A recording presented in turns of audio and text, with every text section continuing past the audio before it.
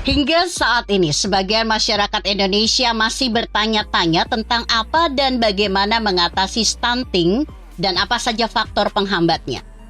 Menteri Pertahanan Prabowo Subianto dalam unggahan Facebook @prabowosubianto membocorkan permasalahan stunting dan kekurangan gizi pada anak-anak Indonesia yang masih terbilang cukup tinggi. Menurut Prabowo Subianto, pemerintah Indonesia hingga saat ini masih berusaha mengurangi angka tersebut dengan harapan angka stunting di Indonesia bisa turun hingga menjadi 14% di tahun 2024. Prabowo Subianto membeberkan beberapa alasan terkait gagalnya penurunan angka stunting.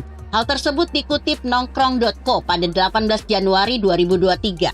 Gagal tumbuh pada anak-anak Indonesia diakibatkan beberapa hal. Salah satunya adalah kurangnya asupan protein hewani sejak dalam kandungan hingga masih rendahnya konsumsi susu pada anak-anak di Indonesia, tulis Prabowo Subianto.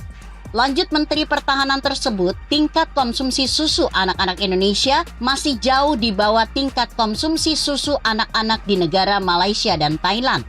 Hal ini yang mengakibatkan angka stunting balita di Indonesia masih menyentuh angka 24,4%. Artinya, hampir seperempat balita di Indonesia mengalami gagal tumbuh atau yang kita kenal dengan stunting, ungkap Prabowo Subianto.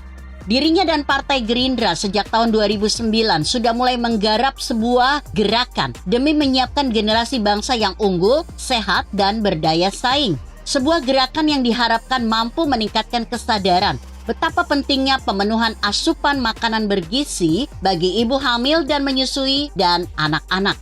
Gerakan yang juga berupaya untuk membantu pemerintah mengentaskan permasalahan stunting, kekurangan gizi pada anak-anak, ibu hamil dan menyusui. Gerakan yang kami beri nama Revolusi Putih, #Revolusi Putih, tulis Prabowo Subianto.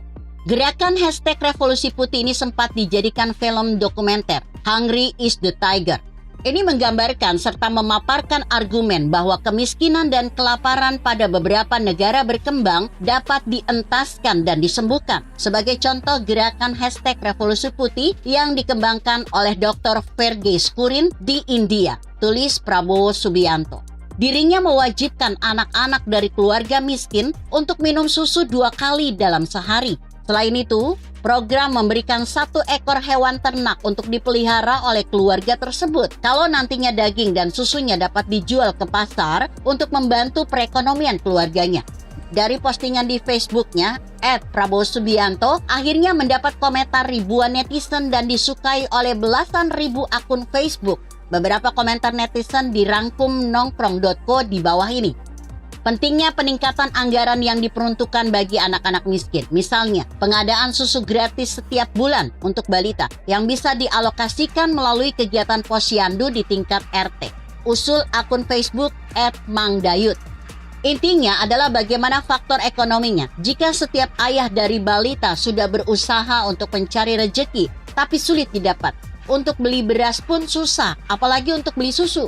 Benar sekali, langkah yang tepat adalah memberikan program yang bermanfaat untuk setiap keluarga yang memiliki balita agar masalah stunting bisa diatasi, tulis @burikaka.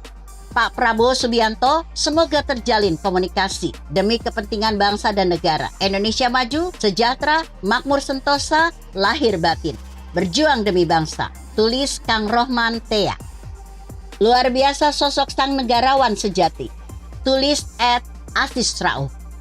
Begitu kira-kira. Artikel ini ditulis Devri Noksisai yang disadur dari kompasiana.com dengan judul Stop Mikir Keras. Prabowo Subianto bocorkan alasan dibalik gagalnya penurunan stunting di Indonesia.